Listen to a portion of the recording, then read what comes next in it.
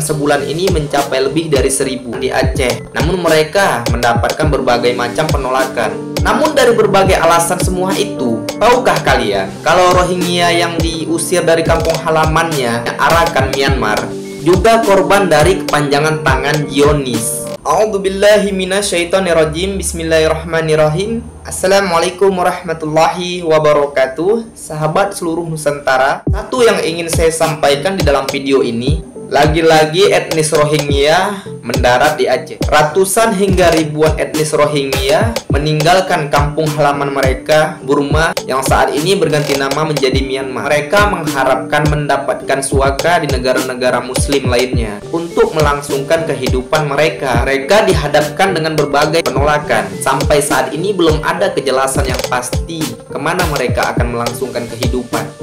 Sebagaimana yang diketahui, kedatangan mereka dalam sebulan ini mencapai lebih dari 1.000 di Aceh. Namun mereka mendapatkan berbagai macam penolakan. Namun dari berbagai alasan semua itu, tahukah kalian kalau Rohingya yang diusir dari kampung halamannya yang arahkan Myanmar juga korban dari kepanjangan tangan Zionis? Nah, bagaimana pembersihan etnis Rohingya ini oleh tentara Myanmar terhubung dengan Zionis? Marilah kita simak, sahabat. Ketika fokus kita sedang terkonsentrasi ke Gaza yang sedang melawan penjajahan Zionis, tiba-tiba kita disempakkan dengan gelombang kedatangan pengungsi Rohingya sepanjang bulan November dengan angka mencapai lebih dari 1.000 orang. Ironisnya, kedatangan mereka sebulanan ini di Aceh memicu penolakan sebagian warga. Terlepas dari berbagai alasannya, tahukah kita kalau orang-orang Rohingya yang diusir dari kampung halamannya di Arakan, Myanmar, juga korban dari kepanjangan tangan Zionis? Bagaimana ethnic cleansing Rohingya oleh junta militer Myanmar terhubung dengan gerakan Zionisme?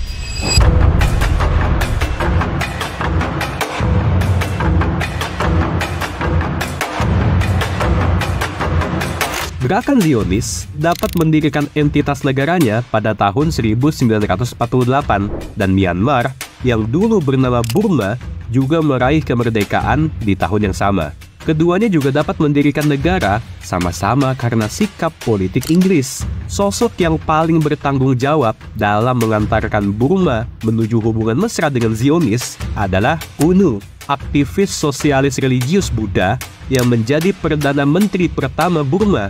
Dalam buku The River of Lost Footsteps karya Sang Mieng-gu disebutkan kalau UNU jatuh cinta dengan gerakan Zionis karena peristiwa Holocaust dan UNU merasa memiliki banyak kesamaan dengan pandangan Ha'afoda, partai buruh Zionis beraliran Sosdem. Karena itulah, Burma atau Myanmar menjadi salah satu negara Asia pertama yang mengakui entitas Zionis. Penelitian Jacob Abadi dalam Israel Quest for Recognition and Acceptance in Asia menyebutkan, saking ngefansnya dengan Zionis, UNU sempat ngancam ke panitia konferensi Asia Afrika di Bandung pada 1955 kalau dia nggak akan datang ke Bandung sebelum panitia juga mengundang entitas Zionis. Tidak berhenti di pengakuan belaka, UNU juga meminta Zionis untuk membangun sistem pertahanan model kibbutz di daerah-daerah minoritas Muslim dan Kristen di Myanmar. Sejak itulah, hubungan antara pemerintah junta militer Myanmar dengan Zionis terus saja berlangsung. Secara rutin, IDF turut melatih dan mempersenjatai Tatmadaw atau Angkatan Tentara Myanmar. Tatmadaw menjadi pelanggan setia dari bisnis senjata Zionis. Ketika Myanmar membantai warga Muslim Rohingya pada 2017 lalu yang menewaskan 6.700 orang hanya dalam waktu sebulan, sesungguhnya bukan hanya tangan tentara Myanmar yang berlumuran darah, tapi tangan-tangan Zionis juga turut basah. Karena Zionis secara tak langsung juga turut membantai orang Rohingya lewat senjatanya yang dipakai tentara Myanmar.